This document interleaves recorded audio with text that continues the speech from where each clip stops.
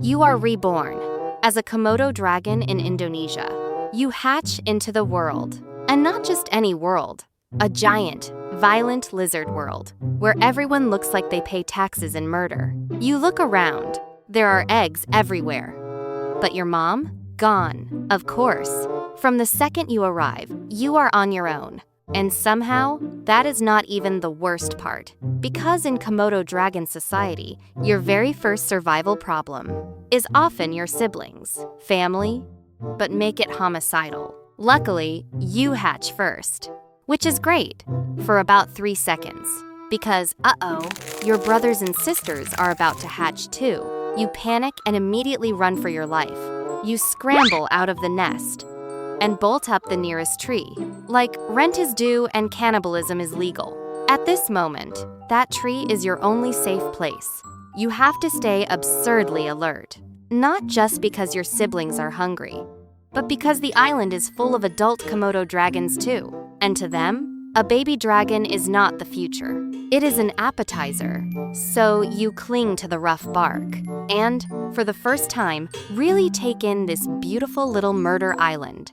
For the first few days, survival is the only goal. If you make it through that, then congratulations. You have unlocked the tutorial stage of suffering. Every hunt feels like dancing, on the edge of a knife. You never really know whether you're the hunter or someone else's snack.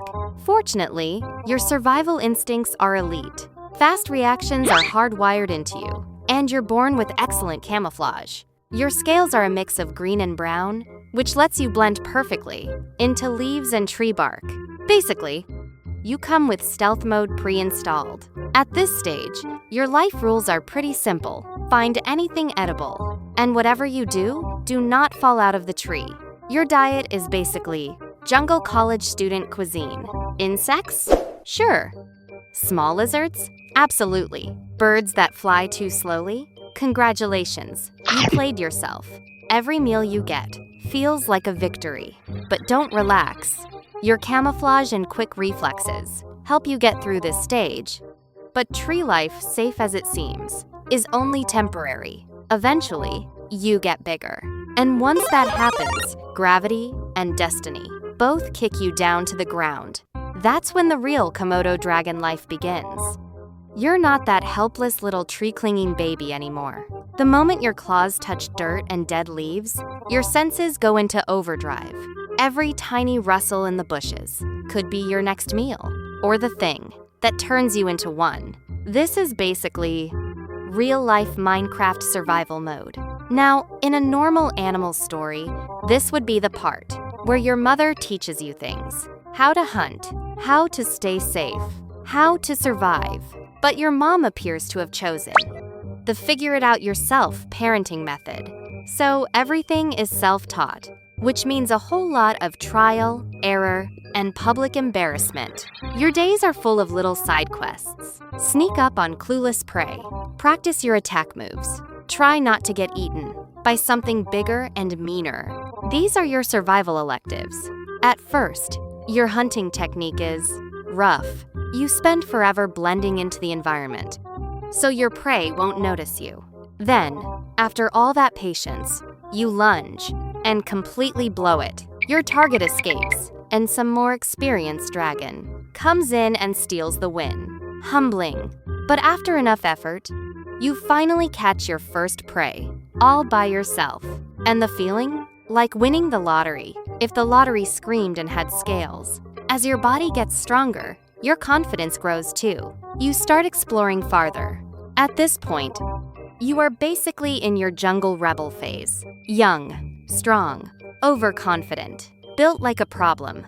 Anybody who wants to make you dinner is now invited to test that theory in person. But life, as always, refuses to stay easy. Your siblings start eyeing you, because in Komodo world, it's always survival of the nastiest. You have to stand out, fight for space, claim your chance to live, and you win. The awkwardness of youth fades. And now you are a full-grown Komodo dragon. At last, you begin thinking about a bigger question.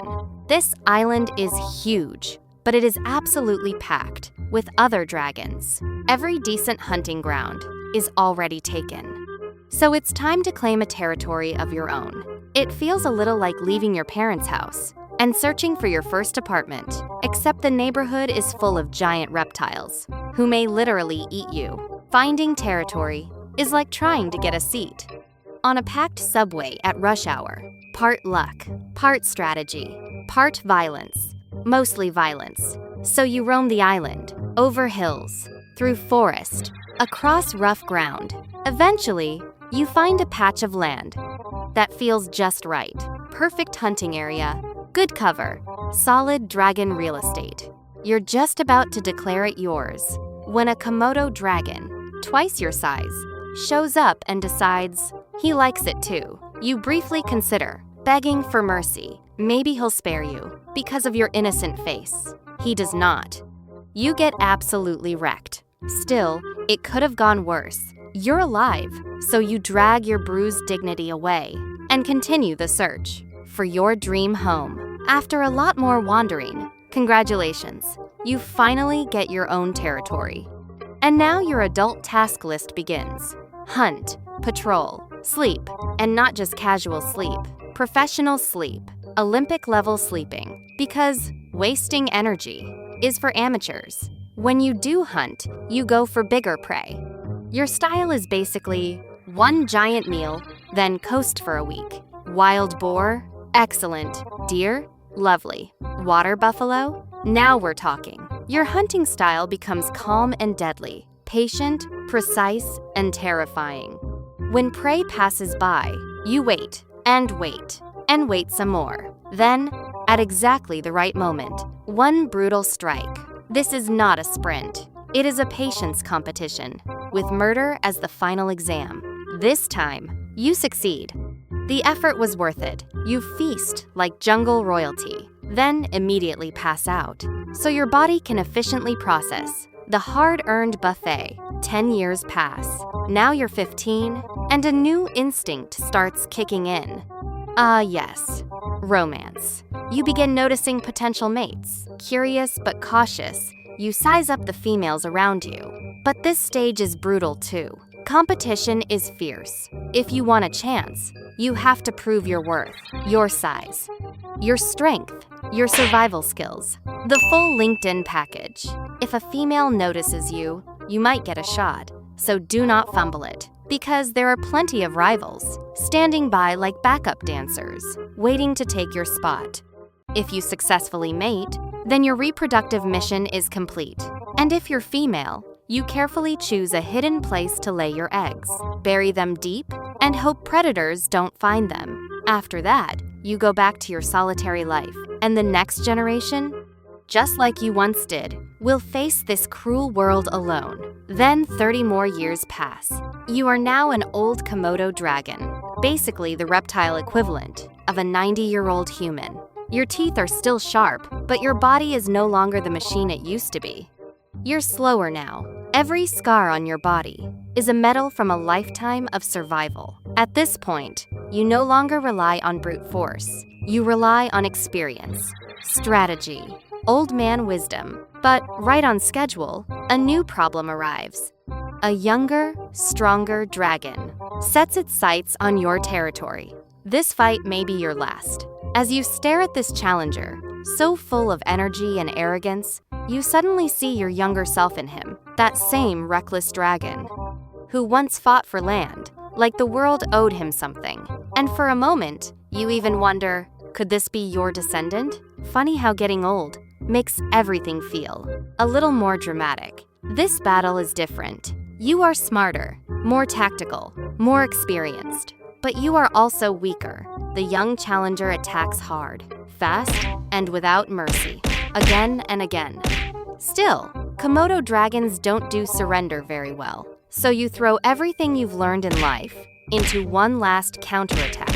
But the ending was probably written a long time ago. You lose. Wounded all over, you are forced to retreat to the very edge of your territory, and then beyond it, you feel your life slowly draining away. You, once the terror of this place, now want only one thing: a quiet corner, far from conflict, to finish your final chapter in peace. So you lie down on a patch of familiar grass and slowly close your eyes. The world keeps turning. The cycle continues. Somewhere on the island, in a dark little cave, an eggshell quietly cracks open. A new Komodo dragon pokes out its head, about to begin the same brutal, dangerous, glorious journey you just finished.